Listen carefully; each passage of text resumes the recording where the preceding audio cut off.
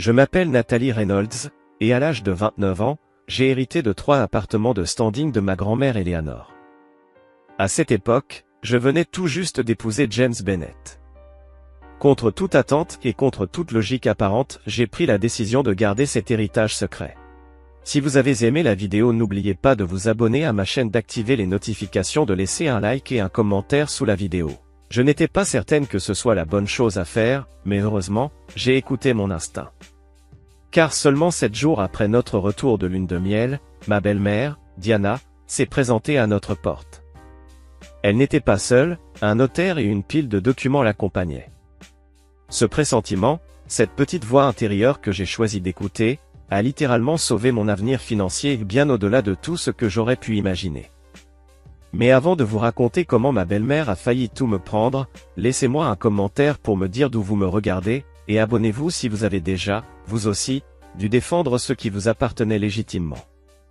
Ma relation avec ma grand-mère Eleanor était unique, précieuse. Elle était née en 1935, une époque où l'on n'attendait pas des femmes qu'elles soient indépendantes financièrement. Pourtant, Eleanor a toujours défié les conventions. Quand mon grand-père est mort soudainement en 1963, elle s'est retrouvée seule, avec une maigre indemnité d'assurance et une montagne de questions sur son avenir.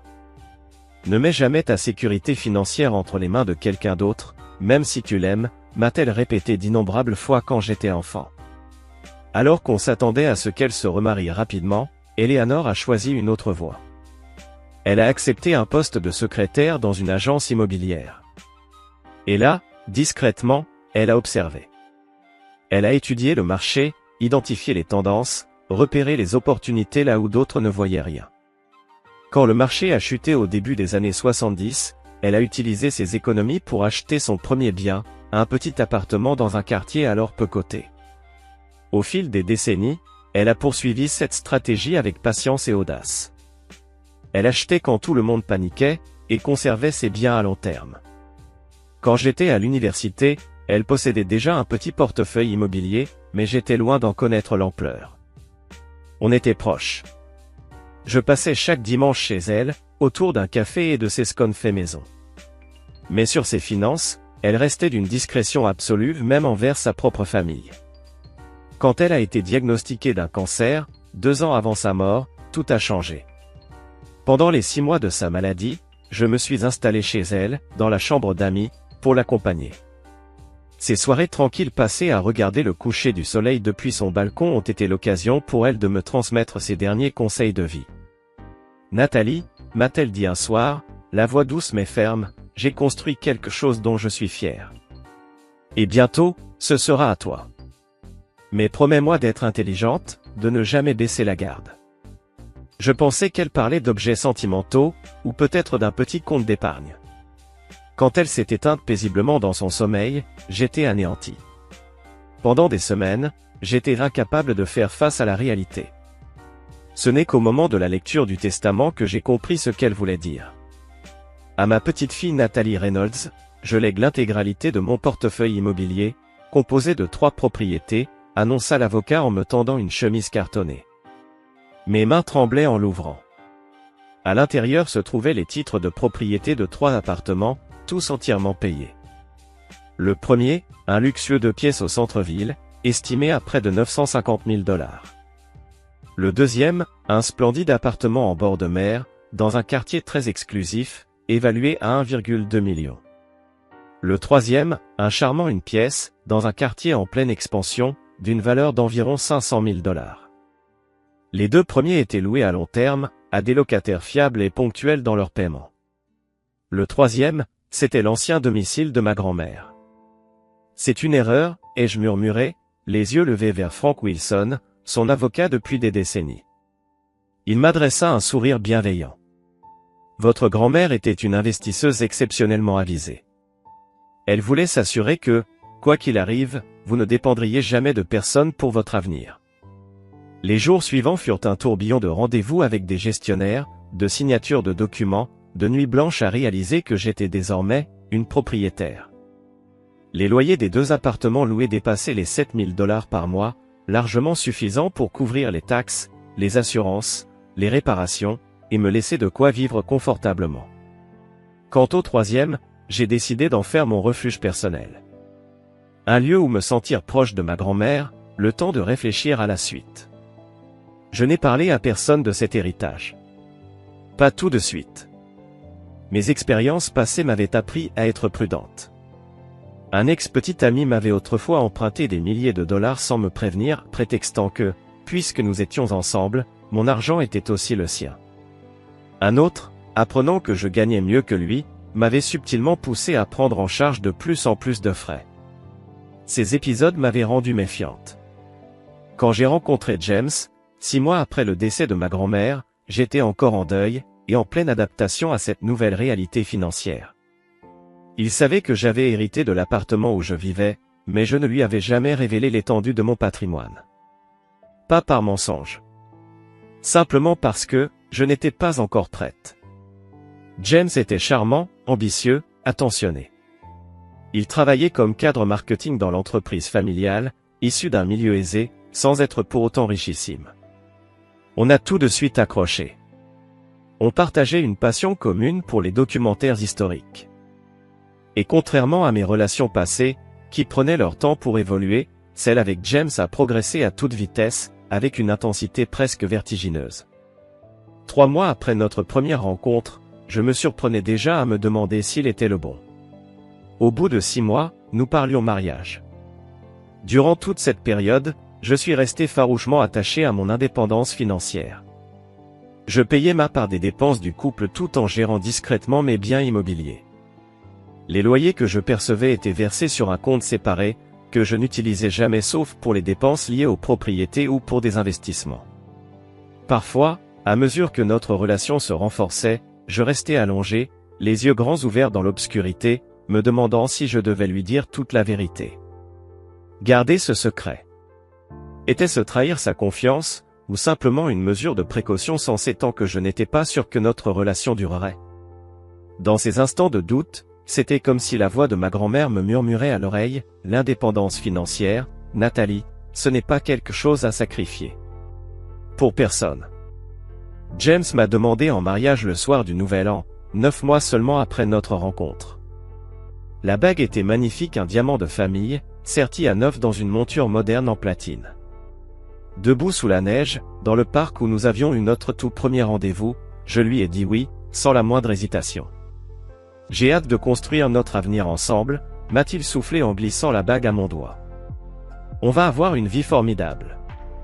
Ce soir-là, alors que nous fêtions nos fiançailles avec du champagne dans mon appartement, l'ancien appartement de ma grand-mère, j'ai failli lui parler de l'héritage. Les mots étaient déjà sur mes lèvres. Mais quelque chose, une sorte de prudence instinctive, m'a retenu. Un chuchotement invisible, impossible à expliquer. James venait, comme il disait lui-même, d'un milieu financièrement confortable.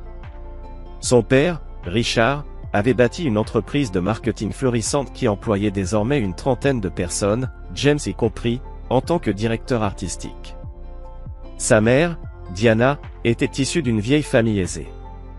Elle n'avait jamais travaillé, préférant consacrer son temps à des comités de charité et à des cercles sociaux raffinés. Je les ai rencontrés officiellement en tant que fiancés de leur fils, lors d'un dîner élégant dans leur somptueuse maison de banlieue. La demeure imposait le respect, 5 chambres, une piscine, un garage pour 3 voitures remplies de véhicules de luxe. Diana m'a accueilli avec des bises dans l'air et un regard scrutateur qui semblait jauger chaque détail, de mes chaussures à ma posture. Alors, Nathalie, m'a-t-elle dit pendant les amuse-bouches, James nous dit que vous travaillez dans l'édition. Cela doit être intéressant. La manière dont elle a prononcé « intéressant » laissait entendre que pour elle, ça ne l'était pas du tout. J'adore mon travail, ai-je répondu honnêtement. En tant qu'éditrice dans une maison d'édition de taille moyenne, je gagnais correctement ma vie suffisamment pour vivre confortablement, même avant l'héritage de ma grand-mère. Et votre famille? James nous a dit que vos parents vivent hors de l'État? Oui, ils se sont installés en Arizona depuis l'an dernier. Ils y vivent une retraite paisible. Diana a hoché la tête tout en sirotant son vin. Et vous vivez dans l'ancien appartement de votre grand-mère, c'est bien ça? Comme c'est charmant de garder ça dans la famille. Il y avait dans son ton une pointe d'insistance voilée, une curiosité à peine déguisée. J'étais soudain soulagé de ne pas en avoir révélé davantage. Durant tout le repas, Diana n'a cessé de me poser des questions en apparence anodines, sur mes finances, mes projets professionnels, mes origines familiales. À chaque fois, je répondais avec honnêteté, mais en restant vague. Son intérêt pour ma situation financière me mettait mal à l'aise. L'organisation du mariage s'est vite transformée en un champ de bataille diplomatique. Diana avait un avis très arrêté sur tout, le lieu de la cérémonie, les fleurs, la musique. Quand j'ai proposé une cérémonie simple dans une vieille bibliothèque historique, elle a ricané. Les Bennett se marient toujours à la cathédrale Saint-Marc, a-t-elle décrété, suivie d'une réception à l'hôtel Windsor. C'est la tradition. Ces deux lieux dépassaient largement le budget que James et moi avions établi. Mais quand j'ai mentionné notre limite financière, Diana a balayé mes objections. Nous contribuerons, bien sûr. Un mariage Bennett reflète la stature de la famille. Je me suis retrouvé dans une situation délicate, révéler mes capacités financières, ou accepter leur aide, et les inévitables contreparties. Finalement, j'ai consenti à la cathédrale, mais j'ai tenu bon pour organiser la réception ailleurs dans un lieu plus modeste, que j'ai fait passer pour sentimentalement important pour nous deux. Notre mariage fut magnifique, mais tendu. Les regards désapprobateurs de Diana pour ma robe peu conventionnelle, pour le groupe que nous avions choisi étaient à peine dissimulés. Pourtant, lorsque James a pris mes mains pour prononcer ses vœux, tout le reste a disparu. J'épousais l'homme que j'aimais. Nous avions décidé de garder des finances séparées, tout en ouvrant un compte commun pour les dépenses du foyer. James n'a pas remis ce choix en question, il m'a même expliqué que ses parents avaient toujours fait ainsi.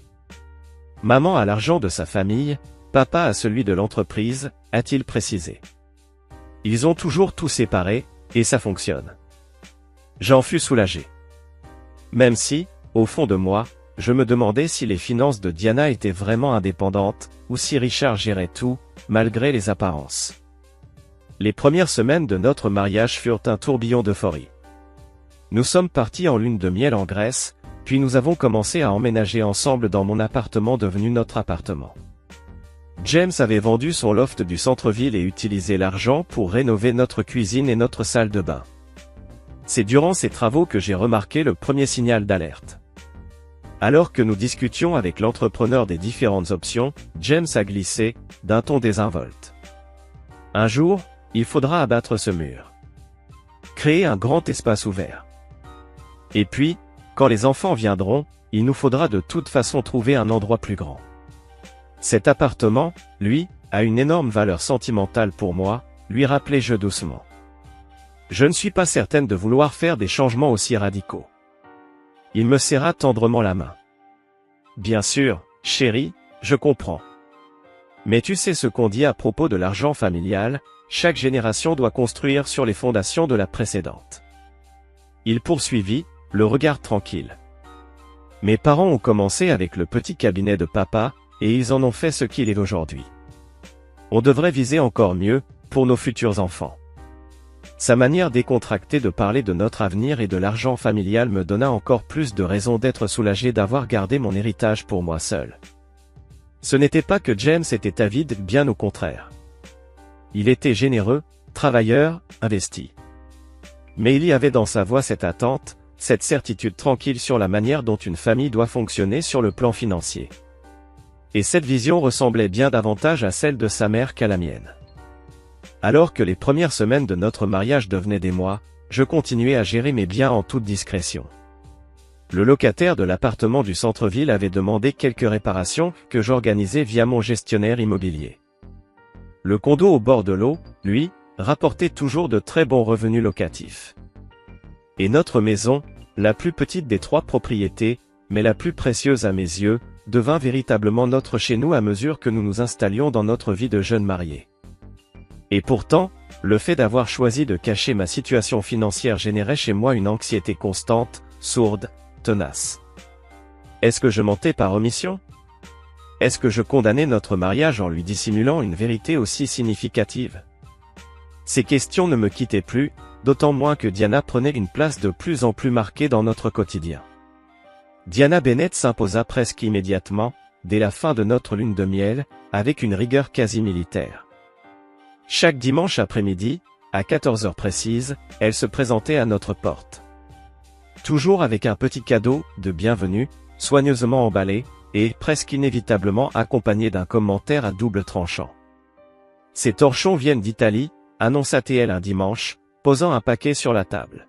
« J'ai remarqué que ceux dans ta cuisine sont plutôt basiques. » Une autre semaine.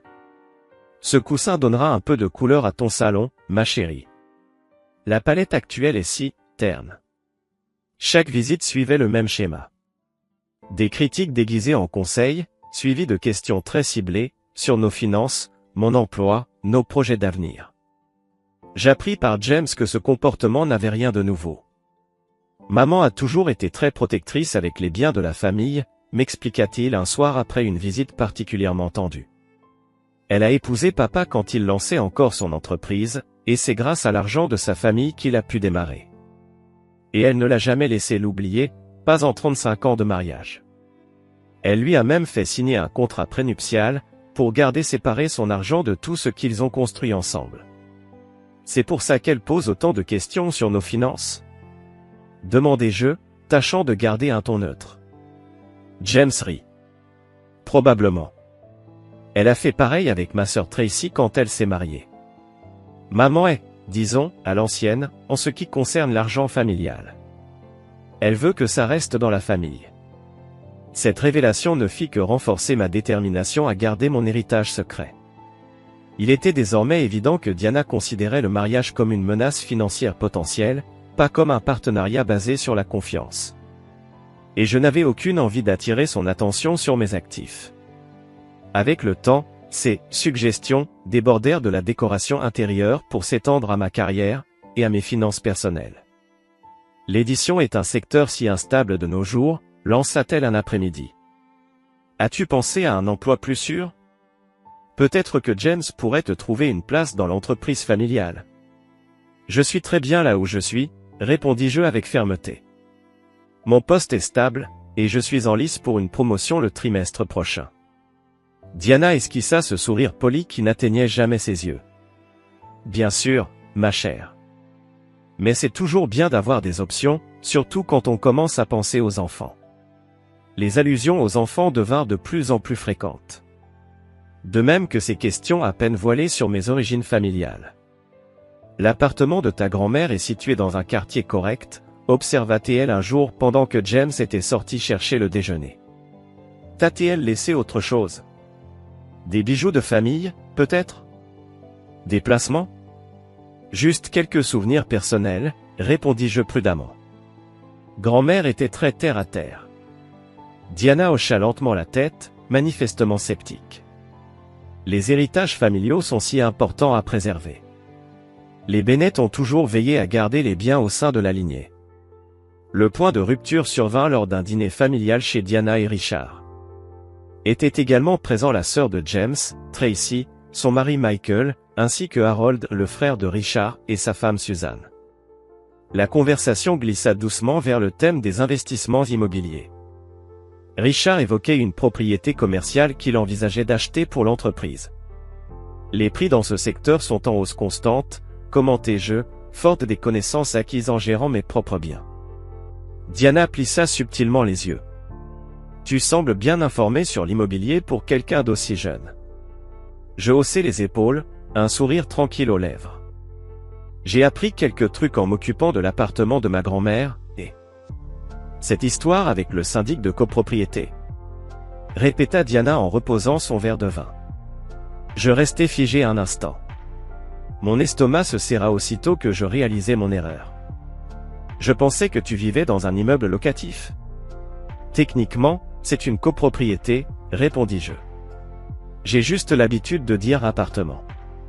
Intéressant, murmura-t-elle. James ne m'a jamais dit que c'était une copropriété. Elle marqua une pause, pensive. Ce genre de bien peut valoir une petite fortune, selon l'endroit, tu sais. Je me hâtai de changer de sujet, espérant que cela passerait inaperçu. Mais le mal était fait. Au cours des jours suivants, les questions de Diana devinrent plus précises, plus ciblées. Elle commença à mentionner des connaissances communes vivant dans mon immeuble, à commenter les dernières ventes immobilières du quartier, et même à me demander le nom des conseillers financiers de ma grand-mère, au cas où vous auriez besoin de recommandations, disait-elle d'un ton faussement désinvolte. Puis un jour, tout bascula. Je l'ai entendu au téléphone, croyant que j'étais sous la douche. J'étais simplement revenu discrètement chercher ma montre oubliée sur le comptoir de la cuisine, quand sa voix me parvint, inhabituelle, tendue, presque autoritaire. Oui, j'ai besoin de tout ce que vous pouvez trouver sur le patrimoine d'Eleanor Reynolds, disait-elle. Les titres de propriété, les dépôts juridiques, tout. Elle fit une pause. Mes sources pensent qu'il pourrait y avoir plus qu'un seul appartement. Son ton se durcit encore. Oui, c'est important. Il s'agit de la sécurité de la famille. Je restais figé. Mon cœur battait à tout rompre. Diana enquêtait activement sur mon héritage. Lorsque j'en parlais à James plus tard ce jour-là, il balaya mes inquiétudes d'un rire léger. « Maman reste maman, dit-il. Elle veut sûrement s'assurer que les affaires de ta grand-mère sont bien en ordre. Elle a fait pareil avec l'entreprise familiale du mari de Tracy. Et depuis quand est-ce son rôle ? Répliquai-je, en tentant de garder mon calme. James me dévisagea, surpris par mon ton. Elle est juste protectrice envers la famille. C'est tout. Mais ce n'était pas tout. Je le sentais. Dès le lendemain, j'appelai Frank Wilson, l'avocat de ma grand-mère, celui qui gérait désormais mes affaires. Je pris rendez-vous en urgence. Je veux m'assurer que mon héritage soit juridiquement protégé, lui expliquai-je, une fois dans son bureau. Plus précisément, je veux que ces biens restent uniquement à mon nom, quelle que soit ma situation maritale. Frank hocha la tête. Votre grand-mère avait anticipé ce genre de choses. C'est pour cela qu'elle a structuré la transmission via une fiducie dont vous êtes l'unique bénéficiaire. Mais si vous le souhaitez, nous pouvons renforcer les protections. La semaine suivante, nous avons mis à jour toutes les clauses juridiques autour de mon héritage. Les biens furent intégrés dans une fiducie irrévocable, entièrement distincte des actifs matrimoniaux. J'ai également modifié mon testament, établi des preuves incontestables du caractère prématrimonial de l'héritage, et créé une traçabilité complète pouvant résister à toute contestation. Pendant ce temps, à la maison, la tension ne cessait de monter. Les visites de Diana devinrent plus fréquentes, plus intrusives. Et James, lui, se montrait de plus en plus défensif face au comportement de sa mère. Chaque fois que j'essayais d'établir des limites, il me reprochait d'exagérer, voire d'être paranoïaque. « Elle veut juste te connaître un peu mieux », répétait-il. Mais après que Diana m'ait questionné pendant une heure entière sur la situation financière de mes parents, je commençais à douter. Avais-je commis une terrible erreur en épousant cet homme ? En m'alliant à cette famille ? Pourtant, je l'aimais encore. Et j'espérais qu'avec du temps, des règles claires, nous pourrions instaurer une relation saine avec ses parents. Ce que je ne savais pas encore, c'est que Diana était déjà plusieurs coups d'avance sur moi. Lundi matin, James partit pour un voyage d'affaires d'une semaine à Chicago. Avant de monter dans le taxi, il m'embrassa sur le pas de la porte. « Essaie d'en profiter pour créer des liens avec maman », suggéra-t-il. « Peut-être invite-la à déjeuner. » Je hochai la tête sans conviction, secrètement soulagé d'avoir une pause dans cette guerre froide familiale. Mon plan ? Avancer sur mon travail, m'occuper un peu du terrain près de l'eau, et savourer quelques soirées tranquilles, enfin. Ce répit dura 2 jours. Mercredi après-midi, la sonnette retentit. Quand j'ouvris la porte, je la vis. Diana, impeccable comme toujours, se tenait là. À ses côtés, un homme que je ne connaissais pas, une mallette en cuir à la main, le visage fermé et professionnel. « Nathalie, ma chérie », s'exclama Diana avec un sourire artificiel. « J'espère que nous ne te dérangeons pas. Je te présente Monsieur Peterson, notre notaire familial. On peut entrer ?» Avant que je ne puisse répondre, elle avait déjà pénétré dans l'appartement, suivie de près par Monsieur Peterson, visiblement mal à l'aise. J'étais justement en pleine réunion, mentis-je pour tenter de reprendre le contrôle. Peut-être pourrions-nous remettre ça à plus tard ? Oh, cela ne prendra que quelques minutes, me rassura Diana en posant son sac de créateur sur la table basse et en invitant le notaire à faire de même avec sa mallette. C'est une affaire très importante, pour la famille, ajouta-t-elle avec insistance. Je restai debout, tandis que s'installait confortablement sur mon canapé.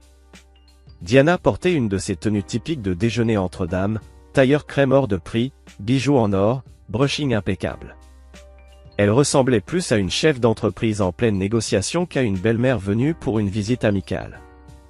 De quoi s'agit-il exactement? Demandai-je en croisant les bras. Son expression changea légèrement, empruntant un masque de compassion forcée. Il s'agit de la sécurité de la famille, ma chère. Chez les Bennett, nous avons certaines responsabilités, pour protéger ce que des générations ont bâti. Elle fit un signe de tête au notaire. Monsieur Peterson ouvrit alors sa mallette. Elle sortit plusieurs documents officiels à l'apparence austère. Ce sont simplement des documents de fiducie familiale, expliqua Diana d'un ton fluide. Tous les biens des Bennett sont protégés par notre fiducie familiale. Cela permet une économie fiscale considérable et garantit que tout reste dans la lignée familiale. Un frisson me parcourut l'échine. Et en quoi cela me concerne-t-il, exactement, demandai-je, méfiante.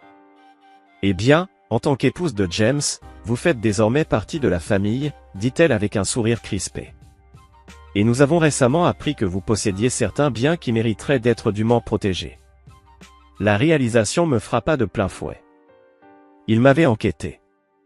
Il m'avait fouillé. Diana agita une main parfaitement manucurée d'un geste désinvolte. J'ai effectué quelques recherches, oui. C'est une procédure standard dans la famille. Et il semble que votre grand-mère ait été plutôt généreuse, n'est-ce pas? 3 propriétés, pas une seule. Assez impressionnant pour une simple secrétaire. Le mépris qui transparaissait dans sa voix lorsqu'elle prononça secrétaire fit bouillir mon sang. Mais je restai impassible. Les affaires de ma grand-mère sont privées. Mon héritage également. Rien n'est vraiment privé lorsqu'il s'agit de la sécurité familiale, répliqua-t-elle. Ces documents visent simplement à transférer vos propriétés dans la fiducie familiale des Bennett, pour une protection optimale. Vous conserverez bien sûr l'accès à tout, mais avec en prime l'avantage de nos conseillers financiers et de nos optimisations fiscales. Monsieur Peterson glissa les papiers vers moi avec un sourire désolé. Si vous pouviez signer ici, et parapher chaque page, dit-il doucement. Je saisis le document, le cœur battant, et parcourus la première page. Le langage juridique était dense, mais l'intention, elle, était limpide. Ces papiers transféraient effectivement le contrôle de mes propriétés à la fiducie familiale des Bennett, avec Diana et Richard comme administrateurs principaux. Est-ce que James savait que vous faisiez cela, demandai-je, en fixant Diana droit dans les yeux. Un éclair d'agacement, peut-être passa dans son regard. James comprend les obligations familiales. Il sait que ce genre de décision doit être pris par des personnes expérimentées. Autrement dit, non. James n'avait aucune idée que sa mère était venue ici pour s'emparer de mon héritage. Ses propriétés sont déjà dans une fiducie, l'informai-je en reposant les papiers. Ma grand-mère l'a créée avant sa mort. Le sourire de Diana se raidit davantage. Une fiducie familiale limitée ne peut offrir ni la protection ni les avantages de la nôtre. Notre équipe financière gère des millions en actifs. Ils peuvent optimiser vos rendements d'une façon que l'avocat de votre grand-mère, aussi respectable soit-il, ne pourrait jamais égaler. À ce moment précis, mon téléphone sonna, la sonnerie de James. Je décrochai, soulagé par cette interruption. Allô? Tout va bien? Sa voix résonna, maman m'a envoyé un message, elle passait pour laisser l'album de mariage. Je regardais Diana, qui gardait une expression sereine malgré le mensonge flagrant. Ta mère est ici, confirmai-je, en mettant le haut-parleur. Elle est avec un notaire, un certain monsieur Peterson. Ils m'ont apporté des documents à signer pour transférer mon héritage dans la fiducie familiale. Un silence. Puis. Quel héritage? Diana reprit aussitôt, doucereuse. James, mon chéri, j'expliquais justement à Nathalie les bénéfices de notre système de protection financière familiale. Il semble que sa grand-mère lui ait laissé un joli portefeuille. 3 propriétés de valeur, qui pourraient profiter d'une gestion plus appropriée. 3 propriétés, répéta James, visiblement déconcerté. Nathalie, de quoi parle-t-elle? Je pris une profonde inspiration. Ma grand-mère m'a légué 3 propriétés à sa mort. Cet appartement, plus 2 autres qui génèrent des loyers. Je les ai conservés dans une fiducie séparée, ce sont des biens prémaritaux. Et tu ne m'en as jamais parlé? La douleur dans sa voix me transperça. On en discutera plus tard, répondis-je fermement. Pour l'instant, j'aimerais savoir si tu savais que ta mère allait venir avec un notaire pour me faire signer un transfert de mon héritage, pendant ton absence. Nouveau silence. Maman, qu'est-ce que tu fais? Le masque de Diana se fendilla légèrement. Je protège la famille, James. Comme je l'ai toujours fait. Ces biens doivent être gérés correctement, sous le nom des Bennett. Je te rappelle, coupa-t-il sèchement. Maman, ne fais rien d'ici à ce que je rentre demain. Dès qu'il raccrocha, le visage aimable de Diana disparut. Elle attrapa son sac d'un geste sec. Tu m'as mise dans une position très inconfortable, dit-elle froidement.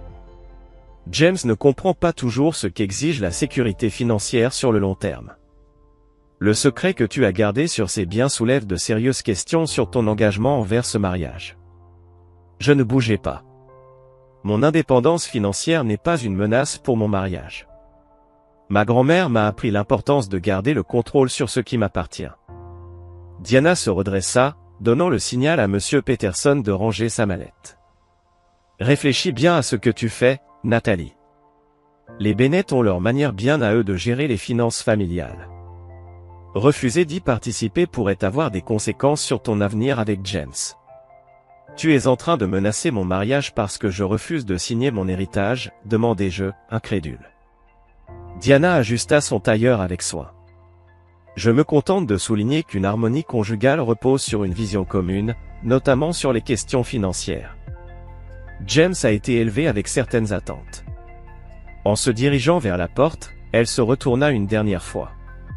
Réfléchis cette nuit. Monsieur Peterson sera disponible demain si tu changes d'avis.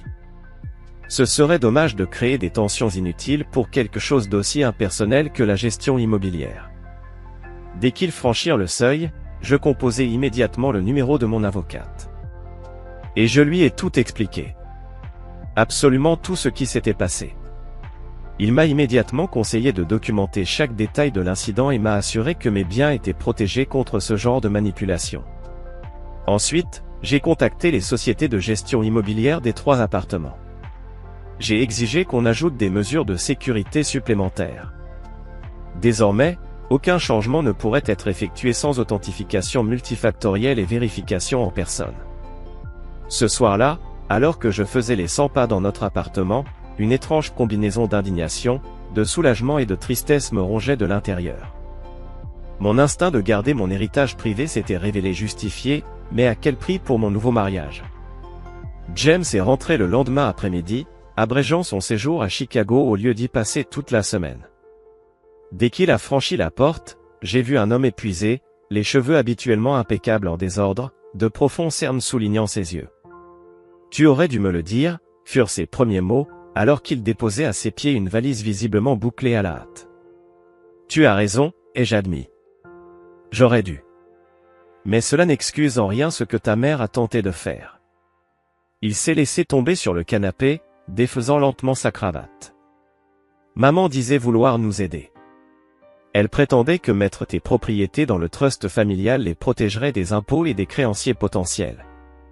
T'a-t-elle aussi parlé du fait qu'elle et ton père auraient alors le contrôle total de mes biens? Ou qu'elle avait mené sa petite enquête sur la succession de ma grand-mère dans mon dos? » James a passé une main dans ses cheveux, visiblement tiraillés. Elle a toujours été très protectrice avec les finances familiales. Quand Tracy a épousé Michael, maman a fait la même chose. Elle a insisté pour qu'ils intègrent leurs biens au trust familial. Et ils ont accepté. Il a baissé les yeux. Finalement, oui. Michael a d'abord résisté. Mais ensuite, papa lui a offert un poste dans l'entreprise. Un poste assorti de conditions financières. Et là, tout est devenu limpide. Donc, ta famille utilise la pression financière pour contrôler ta sœur et son mari? Ce n'est pas du contrôle, protesta James, faiblement. C'est de la sécurité. C'est la façon dont la famille Bennett a toujours fonctionné. Notre dispute a duré des heures. Toujours les mêmes arguments qui tournaient en boucle. James se sentait trahi que j'ai gardé mon héritage secret. Moi, je me sentais violé par l'enquête de Diana et ses manœuvres de manipulation. Aucun de nous n'était prêt à céder. Le lendemain matin, Diana a appelé James, pas moi. J'entendais seulement sa partie de la conversation, mais il était clair qu'elle poursuivait son offensive. Maman, on essaie encore de comprendre les choses. Non, je ne pense pas que faire intervenir papa aiderait pour l'instant. Oui, je comprends l'importance de la sécurité familiale. Quand il a raccroché, James avait l'air défait. Elle ne lâchera pas, a-t-il murmuré. Au fil de la semaine, Diana a lancé ce que j'ai fini par appeler son escadron de singes volants. D'abord est arrivée Tracy, la sœur de James. Sans prévenir. Avec des pâtisseries et un sourire inquiet. Je voulais juste voir comment vous alliez, a-t-elle dit, les yeux balayant discrètement notre appartement comme pour en évaluer la valeur. Maman a dit qu'il y avait eu quelques malentendus à propos des finances familiales. Son idée de médiation consistait essentiellement à nous expliquer comment elle et Michael avaient, au bout du compte, compris la sagesse d'intégrer le trust familial. Ça simplifie tellement les choses, répétait-elle. Et puis, lutter contre maman sur des questions d'argent ne mène jamais à rien de bon. Puis ce fut Richard, le père de James. Il a invité son fils à un déjeuner, entre hommes, qui s'est transformé en 3 heures de discussion sur son avenir professionnel. Quand James est rentré, son visage était fermé. Il restructure le département créatif, m'a-t-il annoncé d'un ton plat. Mon poste est redéfini. Et sauf si j'accepte plus de responsabilités clients, donc beaucoup plus de déplacements, je subis une lourde baisse de salaire. Ils te punissent. À cause de moi, ai-je réalisé à voix haute. James ne m'a pas contredite. Papa dit que c'est juste du business, mais vu le timing, c'est clair. La pression a commencé à gangréner notre mariage. On dormait dans des pièces séparées. Nos conversations se réduisaient à l'essentiel. James rentrait de plus en plus tard. Il prétendait que c'était pour le travail, mais il sentait le whisky. Un soir, après un dîner aussi silencieux qu'un cimetière, James s'est enfin livré. Tu sais, ce n'est pas la première fois que maman fait ça. Sa voix était à peine un murmure. Ma tante Cynthia, la sœur de papa, a épousé un homme que maman n'approuvait pas. Cynthia avait hérité de plusieurs œuvres d'art précieuses de leur grand-mère.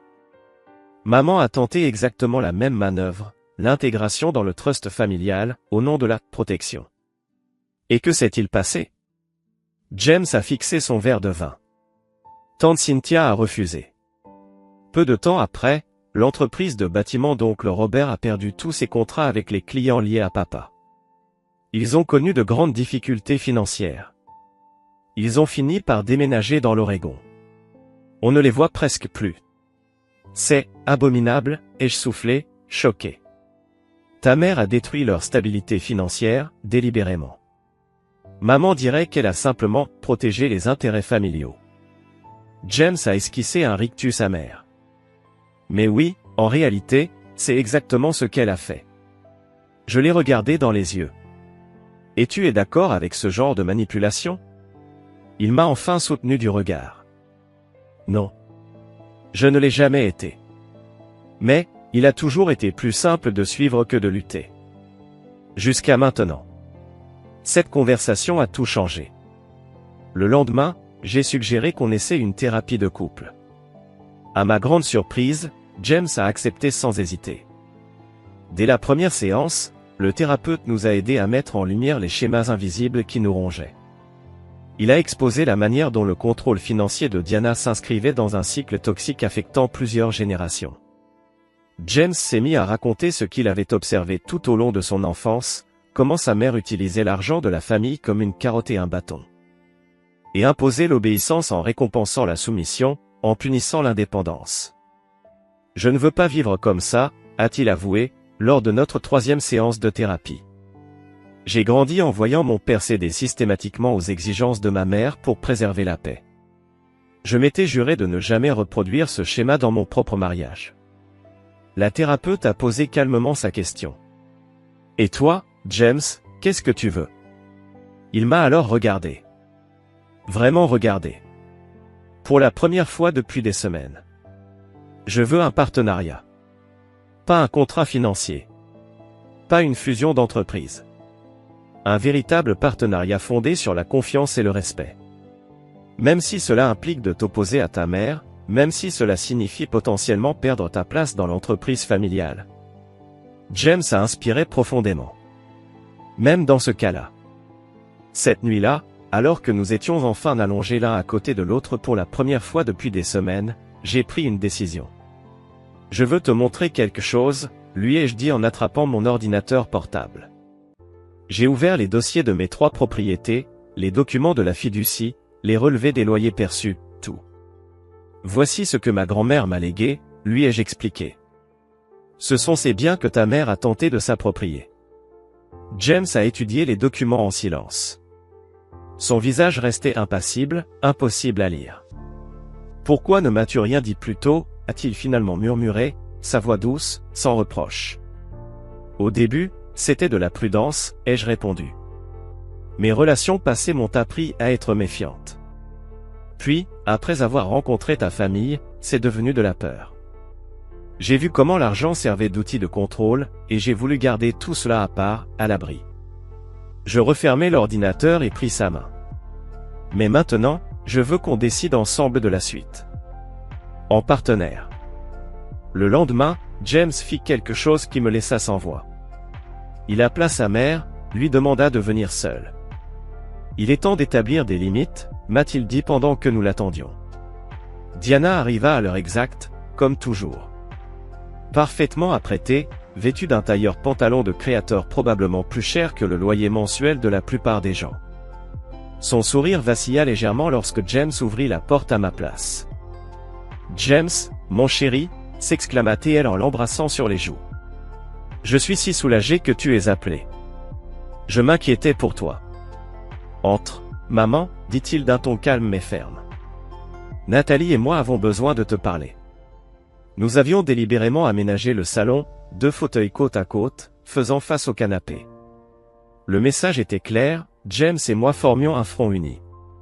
Diana le remarqua immédiatement. Ses yeux se plissèrent légèrement alors qu'elle prenait place sur le canapé. « J'espère que cela signifie que vous avez enfin repris vos esprits au sujet de la fiducie familiale, » lança-t-elle en posant son sac à main. « En réalité, nous avons pris plusieurs décisions, » répondit James avec assurance. Premièrement, l'héritage de Nathalie restera dans une fiducie séparée, comme l'avait prévu sa grand-mère. Le visage de Diana s'assombrit aussitôt. « James, tu ne comprends pas les complications que cela implique. Deuxièmement, continua-t-il, la coupant doucement mais fermement, nous devons établir des limites claires concernant les questions financières familiales. Notre mariage n'est pas une fusion d'affaires. C'est un partenariat. » Je vis la façade de Diana se fissurer un peu plus. Elle se tourna vers moi, son ton devenant plus tranchant. « Tu as monté mon fils contre sa propre famille, après tout ce que nous avons fait pour lui. » « Maman, » l'interrompit James une fois de plus, « il ne s'agit pas d'un conflit entre Nathalie et la famille. Il s'agit de respect. Tu as fouillé dans les finances de ma femme sans notre consentement. Tu as même fait venir un notaire chez nous, pendant mon absence, pour la pousser à signer des documents visant à transférer son héritage. Ce comportement est inacceptable. » Et là, le masque de Diana tomba complètement. Ces propriétés devraient appartenir à la famille. Tu te rends compte de ce que nous pourrions accomplir avec ces actifs? La propriété en bord de mer à elle seule pourrait servir de levier pour le plan d'expansion que ton père prépare depuis des années. Et voilà. Le vrai mobile, enfin mis à nu. Vous avez fait vos recherches, dis-je, la compréhension s'imposant en moi. Vous savez exactement ce que ces biens valent. Et imposer l'obéissance en récompensant la soumission, en punissant l'indépendance. Je ne veux pas vivre comme ça, avait-il fini par avouer, presque à voix basse, lors de notre 3e séance chez la thérapeute. Sa voix n'était ni en colère, ni brisée, elle était simplement honnête, vulnérable. Comme s'il s'autorisait enfin à dire ce qu'il avait gardé enfoui au fond de lui depuis des années. J'ai grandi en regardant mon père céder, encore et encore, aux exigences parfois déraisonnables de ma mère, juste pour préserver une façade de paix. Un calme qui n'était qu'illusoire. Et je m'étais juré, je m'étais promis que jamais je ne reproduirais ça dans mon propre mariage. La thérapeute, une femme aux gestes posés et à la voix douce, le regarda avec attention. Et aujourd'hui, James, qu'est-ce que vous voulez vraiment? Il détourna les yeux un instant, comme s'il cherchait la réponse dans un endroit lointain en lui. Puis il me regarda. Vraiment. Pas d'un regard distrait ou fuyant, mais profondément, sincèrement. Pour la première fois depuis des semaines, il me voyait à nouveau. Je veux un partenariat, déclara-t-il lentement. Pas un arrangement financier, pas une fusion d'intérêts. Je ne veux pas que notre mariage soit une entreprise. Je veux quelque chose de réel. De solide. Un partenariat fondé sur la confiance, sur le respect mutuel. La thérapeute acquiesça, avant de poser une nouvelle question, plus directe, plus incisive. Même si cela signifie vous opposer à votre mère? Même si cela implique de perdre votre place dans l'entreprise familiale? James inspira profondément. Une de ces longues inspirations qui semblent vider les poumons d'années de silence. Et il répondit. Même dans ce cas-là. Oui. Cette nuit-là, alors que nous étions allongés côte à côte, dans le lit que nous n'avions pas partagé depuis des semaines, j'ai su que c'était le moment. Le bon moment pour lui montrer la vérité. Pas seulement les documents, mais aussi ce que j'avais ressenti, ce que j'avais protégé, ce que j'avais craint. Je veux te montrer quelque chose, lui ai-je murmuré, brisant le silence tendre qui nous entourait. Je me suis penché vers mon sac, en ai sorti mon ordinateur portable, et l'ai posé entre nous sur le lit. Mes mains tremblaient légèrement, mais j'étais déterminé. J'ai ouvert le dossier protégé contenant tous les documents importants, les titres de propriété des 3 biens, les actes de fiducie, les relevés de revenus locatifs. Chaque ligne, chaque chiffre, chaque signature était là, noir sur blanc. Voilà ce que ma grand-mère m'a laissé, lui ai-je expliqué. C'est mon héritage.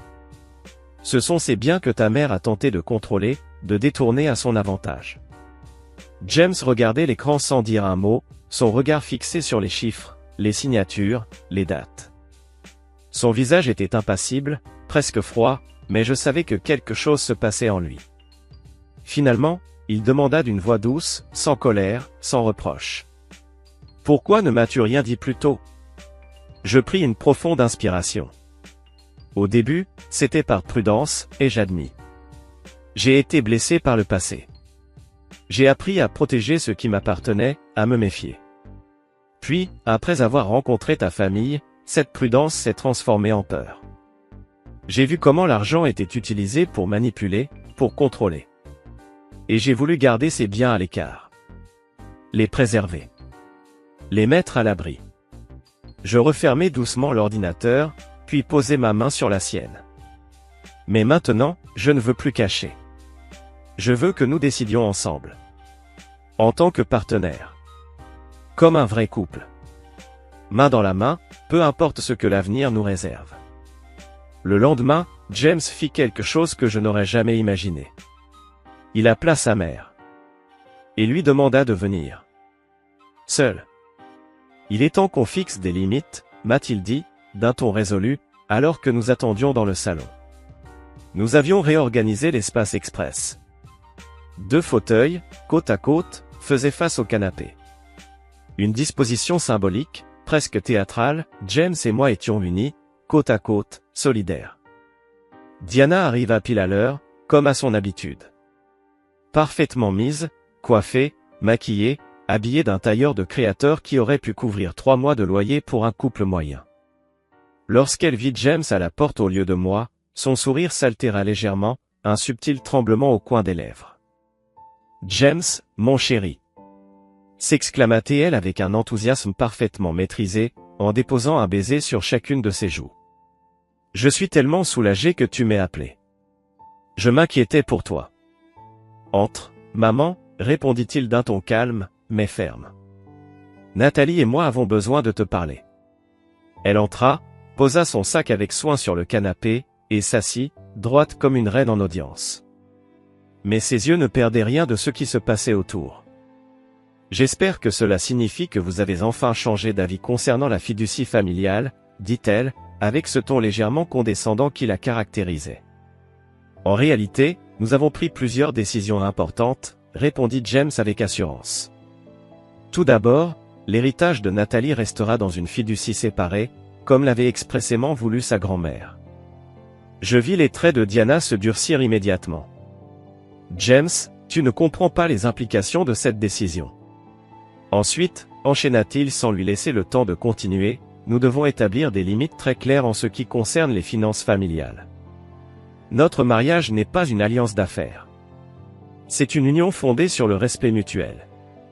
Diana perdit alors un peu de son calme. Son regard devint plus dur. Elle se tourna vers moi, les mots sortant avec une aigreur à peine contenue.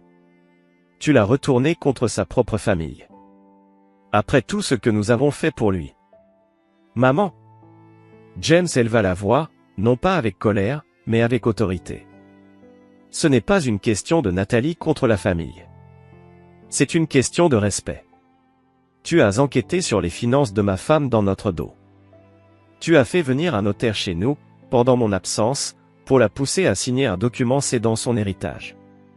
C'est inacceptable. Et je ne le tolérerai plus. À ce moment-là, le masque que Diana portait si fièrement depuis toujours se fissura, puis s'effondra. Et ce qui suivit changea tout. Et il prospérait dans sa nouvelle fonction, rentrant chez lui chaque soir rempli d'énergie et d'enthousiasme, loin d'être épuisé comme auparavant. De mon côté, je poursuivais la gestion de mes biens immobiliers tout en continuant mon travail acharné à la maison d'édition. Petit à petit, les efforts et les nuits blanches commencèrent à porter leurs fruits, j'obtins enfin la promotion pour laquelle je m'étais battu sans relâche depuis des mois. Pour financer nos projets, nous avions mis en garantie l'appartement du centre-ville, toujours sous des accords légaux stricts et parfaitement clairs, qui garantissaient la protection de ma propriété. Chaque mois, les loyers des biens locatifs affluaient régulièrement sur mon compte bancaire personnel, distinct de celui de James, et malgré cela, nous partagions nos situations financières en toute transparence, sans jamais rien cacher l'un à l'autre. Notre relation, bâtie sur la confiance, était notre plus grande force.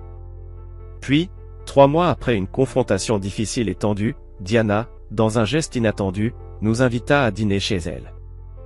Malgré la nervosité qui m'habitait, je décidai d'y aller, poussé par une lueur d'espoir. À ma grande surprise, l'atmosphère chez les Bennett avait changé. Richard, tout juste sorti de son programme intensif de traitement, semblait enfin plus présent, moins distrait, presque apaisé. Quant à Diana, elle avait laissé de côté son habituel ton dur et contrôlant pour faire place à une tentative maladroite mais sincère de chaleur et de réconciliation. Alors que nous terminions le dessert, elle prit la parole avec une honnêteté nouvelle. J'ai beaucoup réfléchi à ma mère et à la façon dont elle m'a élevé. Elle m'a appris à voir l'argent comme un moyen de sécurité, mais aussi de contrôle. Ce n'était pas sain à l'époque, et ça ne l'est toujours pas aujourd'hui. Avec un geste un peu hésitant, elle sortit de son sac une enveloppe qu'elle glissa doucement sur la table vers moi. À l'intérieur, se trouvait une lettre formelle d'excuse, accompagnée de l'acte de propriété d'un petit terrain en bord de mer que je n'avais jamais entendu mentionner. C'était le chalet de ma grand-mère, expliqua Diana avec une pointe d'émotion dans la voix. Elle me l'a légué avec l'instruction de le transmettre à la prochaine génération, quand le moment serait venu.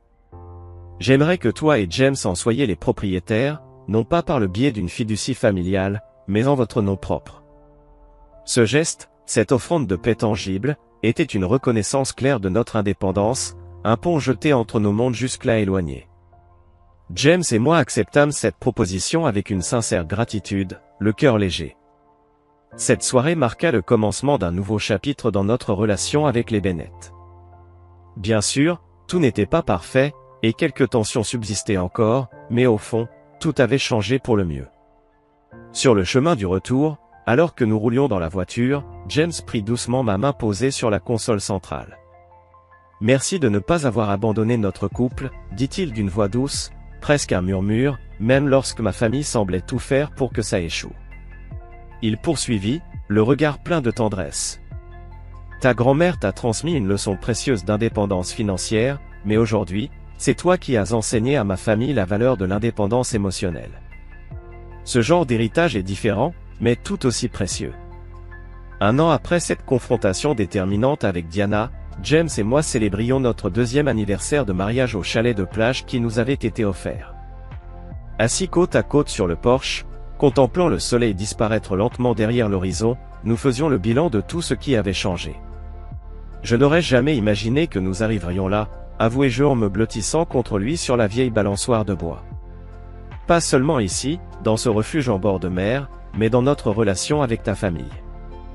James hocha la tête, posant son bras protecteur autour de mes épaules. Parfois, j'ai du mal à croire à quel point tout est différent aujourd'hui, papa est sobre depuis 6 mois, maman suit enfin une thérapie, et la société se porte mieux sous la direction professionnelle que jamais auparavant lorsqu'elle était entre les mains de la famille. Les transformations avaient été profondes, presque miraculeuses. Richard s'était investi pleinement dans son programme de rétablissement, assistant régulièrement aux réunions de soutien, tout en travaillant avec un thérapeute financier pour affronter et guérir les racines de son addiction au jeu. Diana, bien que réticente au départ, avait suivi la voie de la thérapie à la demande insistante de Richard, et lentement, elle dénouait les chaînes invisibles des croyances financières toxiques transmises de génération en génération. De son côté, James brillait chez Meridian Marketing. Sa créativité, son éthique et son dévouement furent rapidement reconnus. En seulement 8 mois, il fut promu directeur créatif. Quant à moi, j'avais enfin obtenu la promotion tant attendue à la maison d'édition, supervisant désormais une équipe dynamique de jeunes éditeurs talentueux. Mon portefeuille immobilier avait également connu une belle croissance. Avec l'enthousiasme et le soutien indéfectible de James, j'avais investi une partie des revenus locatifs pour acquérir un 4e bien, un immeuble ancien nécessitant des travaux de rénovation que nous menions ensemble comme un projet passionnant de week-end. Aujourd'hui, les loyers générés par l'ensemble de ces propriétés constituaient une source de revenus mensuels significative, que nous avions pris soin de réinvestir en partie tout en mettant de côté le reste pour assurer notre avenir. Ta grand-mère serait fière de toi, souffla James en déposant un tendre baiser au sommet de ma tête. Tu n'as pas seulement préservé son héritage, tu l'as enrichi. Mais je crois qu'elle serait surtout fière que j'aie su garder mon indépendance tout en bâtissant avec toi un vrai partenariat. C'est exactement ce qu'elle voulait pour moi, répondis-je avec émotion, pas uniquement la sécurité financière, mais la confiance de pouvoir me tenir debout selon mes propres termes. En repensant à cette première année difficile de notre mariage, je comprenais enfin les leçons essentielles que nous en avions tirées. L'indépendance financière dans un couple ne signifie pas vivre caché ou mener des vies séparées. Elle repose avant tout sur le respect mutuel de l'autonomie et des choix de chacun, sur la force de la confiance, et sur la capacité à construire ensemble un avenir commun tout en gardant notre identité propre. Et il prospérait véritablement dans sa nouvelle fonction, retrouvant chaque soir une énergie vibrante en rentrant à la maison, au lieu de ce sentiment d'épuisement qui le rongeait autrefois. Ce renouveau professionnel était pour lui une bouffée d'oxygène, une source d'épanouissement qui se reflétait dans son regard et son attitude. Pour ma part, tout en continuant à gérer minutieusement mes propriétés, je poursuivais mon travail à la maison d'édition avec une détermination sans faille. Les responsabilités s'étaient accrues, mais avec elles, aussi la reconnaissance et les perspectives.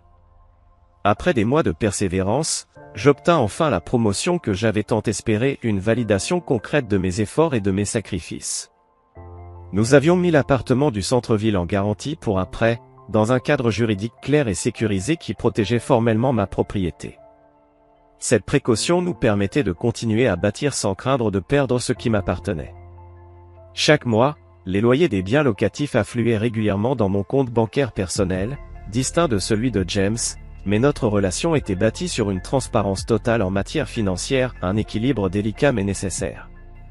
3 mois après une confrontation douloureuse qui avait marqué un tournant dans notre histoire familiale, Diana nous invita à dîner. Je me rendis chez eux avec une appréhension mêlée d'espoir, le cœur battant à chaque pas vers la porte. À ma grande surprise, l'atmosphère dans la maison Bennett avait changé. Richard, tout juste sorti de son programme intensif de rétablissement, semblait plus attentif, plus présent, débarrassé de la lourdeur qui pesait sur lui auparavant. Quant à Diana, elle avait laissé tomber son armure d'hostilité pour revêtir une sincérité hésitante, presque maladroite, mais profondément authentique. Alors que nous terminions le dessert, elle prit la parole d'une voix calme, teintée d'une émotion qu'elle ne laissait pas souvent transparaître. J'ai beaucoup réfléchi, à ma mère, à la façon dont elle m'a élevé, commença-t-elle. Elle m'a appris à voir l'argent comme un moyen de sécurité et surtout de contrôle. Ce n'était pas sain, ni pour elle ni pour moi. Et ça ne l'est toujours pas. Diana plongea la main dans son sac et en sortit une enveloppe qu'elle glissa sur la table vers moi. À l'intérieur, une lettre formelle d'excuse, ainsi que l'acte de propriété d'un petit terrain en bord de mer, un lieu dont je n'avais jamais entendu parler. C'était le chalet de ma grand-mère, expliqua-t-elle avec une voix emplie de nostalgie. Elle me l'a légué avec la consigne de le transmettre à la prochaine génération, quand le moment serait venu. Je voudrais que toi et James l'ayez, non pas par le biais d'une fiducie familiale, mais comme un bien qui vous appartient pleinement. Ce geste, cette offrande de paix concrète, était une reconnaissance tangible de notre indépendance, un pont vers un avenir plus serein. James et moi acceptâmes avec une profonde gratitude, conscients que ce moment marquait une renaissance dans nos relations familiales. Cette soirée fut le début d'un nouveau chapitre, imparfait, parfois ponctué de tensions, mais fondamentalement transformé pour le mieux. Sur le chemin du retour, alors que la nuit enveloppait la ville de son voile étoilé, James prit ma main sur la console de la voiture. « Merci d'avoir tenu bon pour nous », murmura-t-il, la voix douce et pleine de reconnaissance. « Même quand ma famille nous a rendu la vie presque impossible. » Il ajouta, le regard brillant d'émotion. « Ta grand-mère t'a appris à être indépendante financièrement, mais c'est toi qui as enseigné à ma famille ce qu'est l'indépendance émotionnelle. C'est un héritage différent, mais tout aussi précieux. » Un an plus tard, pour notre 2e anniversaire de mariage, nous avons passé un week-end au chalet en bord de mer offert par Diana. Assis côte à côte sur le porche, observant le soleil décliner dans un ciel embrasé, nous avons fait le point sur tous les changements intervenus dans nos vies et nos relations. Je n'aurais jamais cru que nous en serions là, avouai-je en me blottissant contre lui sur la balançoire de bois usé. Pas seulement ici, dans ce refuge paisible, mais dans notre relation avec ta famille. James hocha la tête, son bras protecteur autour de mes épaules. Parfois, j'ai du mal à croire combien tout a changé, papa est sobre depuis 6 mois, maman suit une thérapie, et l'entreprise prospère sous une direction professionnelle, bien plus qu'à l'époque où elle était gérée en famille. Les transformations étaient profondes, presque miraculeuses.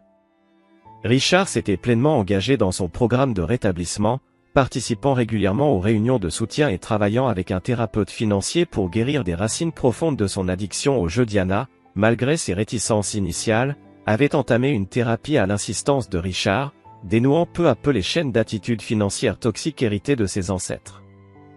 James s'épanouissait au sein de Meridian Marketing. Sa créativité, son professionnalisme et son dévouement lui valurent une promotion au poste de directeur créatif après seulement 8 mois. Quant à moi, j'avais enfin obtenu la promotion tant attendue à la maison d'édition, supervisant une équipe de jeunes éditeurs avec passion. Mon portefeuille immobilier s'était enrichi. Avec le soutien enthousiaste de James, j'avais investi une partie des revenus locatifs pour acquérir une 4e propriété à un vieux bâtiment à rénover, un projet que nous menions ensemble les week-ends. Les revenus générés par toutes ces propriétés formaient désormais un flux régulier et conséquent, que nous réinvestissions partiellement tout en constituant des économies pour l'avenir. « Ta grand-mère serait fière », murmura James en déposant un baiser sur mon front. « Tu n'as pas seulement préservé son héritage, tu l'as enrichi. Mais je crois qu'elle serait surtout fière que nous ayons su préserver notre indépendance tout en construisant un véritable partenariat. » C'est ce qu'elle voulait pour moi, répondis-je, ému. Pas seulement la sécurité financière, mais la confiance de me tenir debout selon mes propres termes.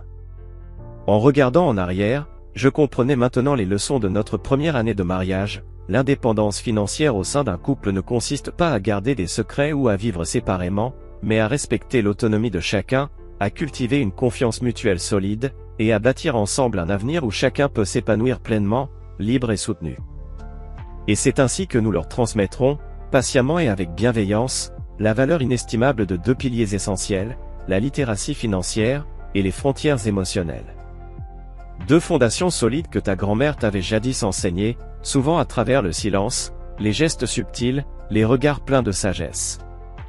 Et que nous, de notre côté, avons dû apprendre à la dure, parfois dans la douleur, parfois dans l'incompréhension, à travers les tumultes et les leçons imprévues que la vie de famille nous a imposées. Au fil des mois, à mesure que ma grossesse avançait et que les contours de mon ventre devenaient les preuves visibles d'une nouvelle vie à venir, nous avons commencé à transformer nos réflexions en actions concrètes. Ce n'était plus le temps des projets abstraits, mais celui des décisions structurantes. Nous avons ainsi mis en place un fonds fiduciaire dédié à l'avenir de notre enfant, un geste empreint d'amour, mais aussi de lucidité. Il s'agissait d'anticiper ses besoins, de sécuriser son éducation, son développement, sa liberté. En parallèle, nous avons rédigé un testament minutieux, clair, équilibré, qui définissait avec précision la manière dont nos biens respectifs seraient gérés, protégés, répartis en cas de coup dur. Ce fut un exercice aussi pragmatique qu'émotionnel. Ce qui m'a profondément ému pendant cette période, c'est la réaction de Diana à l'annonce de ma grossesse. Autrefois prompte à s'imposer avec des conseils non sollicités ou une aide financière teintée de contrôle, elle avait changé. Réellement. Ce fut une transformation aussi douce que surprenante. Cette fois-ci, elle ne s'était pas précipitée avec des injonctions ou des chèques. Elle s'était simplement approchée de moi, les yeux humbles, et avait posé cette question simple mais puissante, de quoi avez-vous besoin?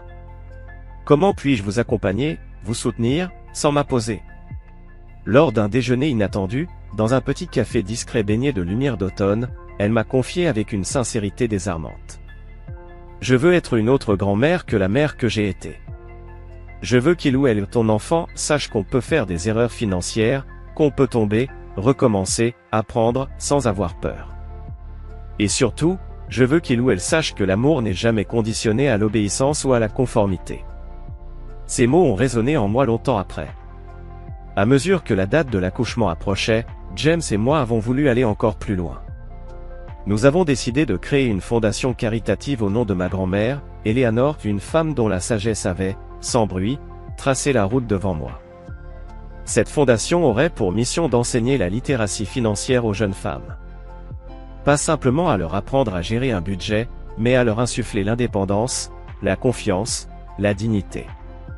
Ces qualités que j'avais dû, moi aussi, apprendre parfois avec difficulté, mais qui avaient forgé la femme que j'étais devenue.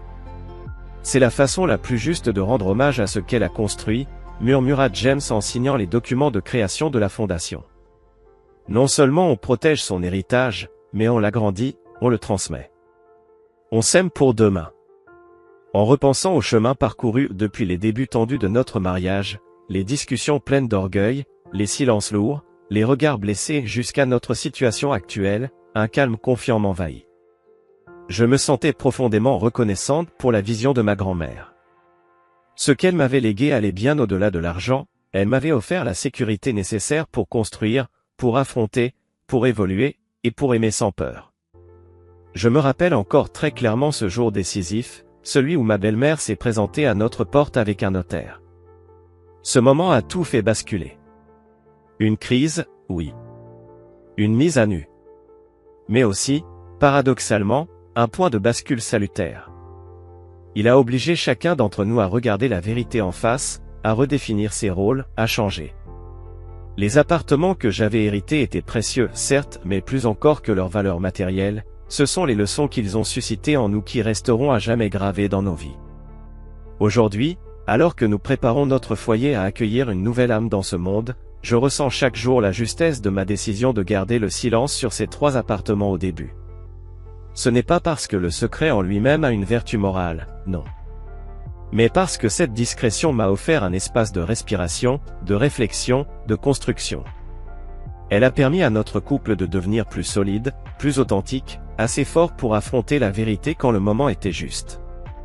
Ce qui aurait pu être une rupture, une trahison, s'est transformé en fondation pour un héritage familial réellement sain et durable. Et vous, avez-vous déjà dû protéger quelque chose qui vous appartenait, face à quelqu'un qui estimait y avoir droit? Comment avez-vous géré cette situation? Quelles émotions cela a-t-il réveillé en vous? Je serais profondément touché de lire vos récits dans les commentaires ci-dessous. Et si cette histoire a résonné en vous, Je vous invite à cliquer sur « J'aime » et à vous abonner à cette chaîne pour découvrir d'autres témoignages sur les dynamiques familiales parfois complexes, et les chemins souvent sinueux vers l'indépendance financière. Merci, du fond du cœur, d'avoir écouté mon histoire.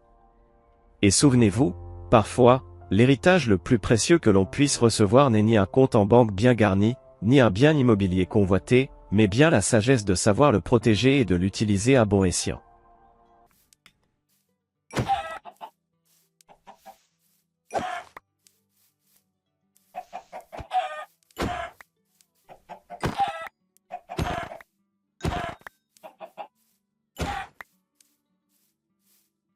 Okay, I think that's enough.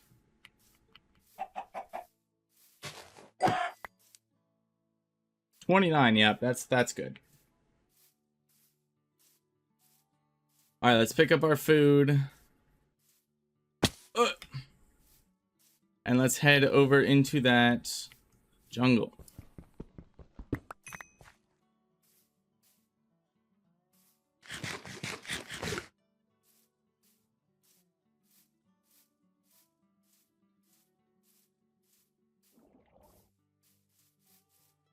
So yeah, I've got some ideas, chat room. I'm getting into doing live visual effects at the moment. I got nothing to show for it yet. It's mostly for the DJ stream. I'm gonna be doing live VJing as well as DJing, but I also am gonna start working on making visual redemptions, just like the audio redemptions. But you guys will be able to like do fun stuff to the screen. So I think that'll be a cool addition. Still, well, I don't know. With any luck, we might have that by next week, but no promises.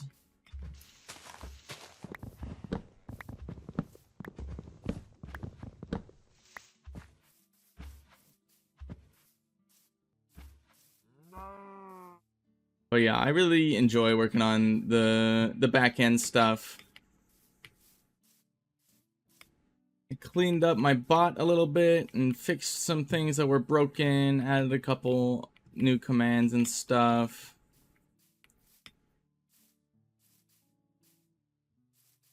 Still not done with everything.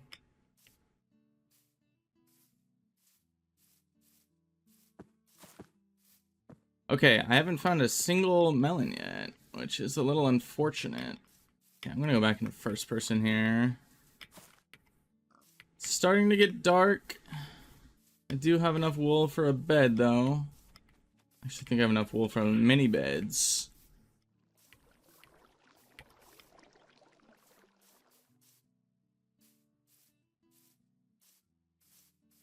Okay.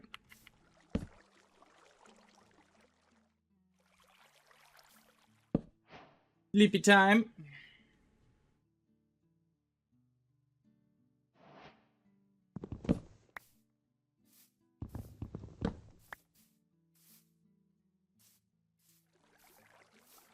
Alright, there's gotta be a melon in here, right?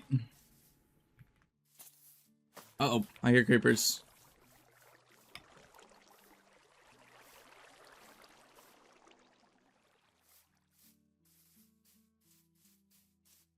Melons! Yippee! Okay. Oh, hell yeah, there's a bunch of them.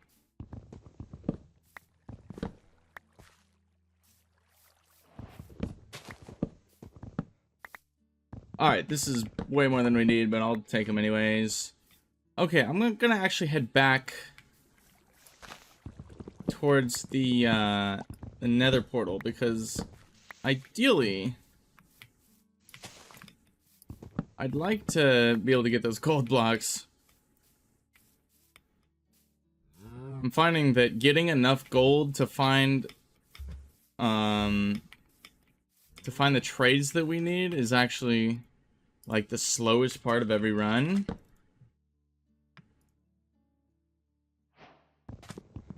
So I'm really prioritizing gold these days.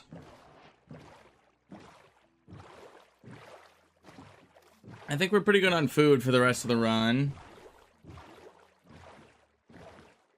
Could maybe go for a little more, but mostly just looking for a cave now.